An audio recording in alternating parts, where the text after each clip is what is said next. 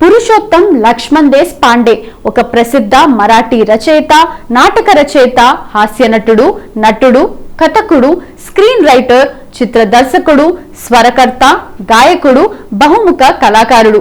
మహారాష్ట్రలో తన మొదటి అక్షరాల నుండి అతనిని ప్రేమతో పిఎల్ అంటారు. అతను మరాఠీ రచయితగా భారతదేశంలోని మహారాష్ట్ర నుండి హాస్య నటుడిగా ప్రసిద్ధి చెందాడు. దేశ్ పాండే రచనలు ఇంగ్లీష్, కన్నడతో సహా పలు భాషల్లోకి అనువదించబడ్డాయి.